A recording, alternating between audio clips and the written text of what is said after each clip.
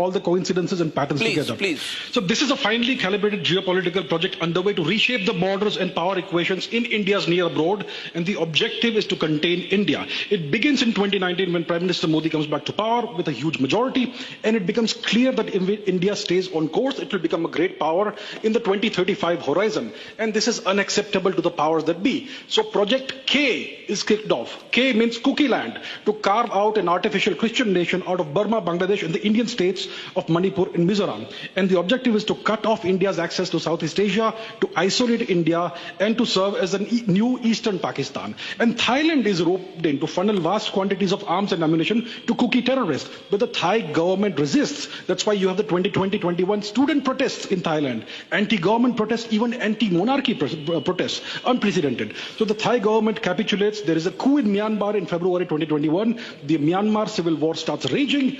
And fast forward to May 23, Kuki terrorists and infiltrators unleash mayhem in Manipur.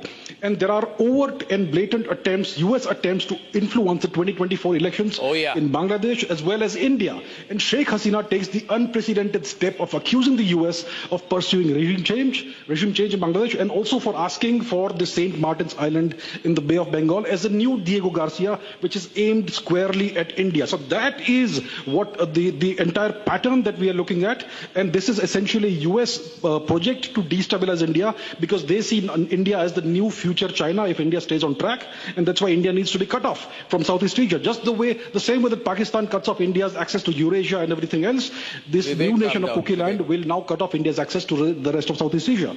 So this is not about Bangladesh. This is not about some law and order issue in Bangladesh. This is aimed squarely at India. And that is why Indians need to pay attention.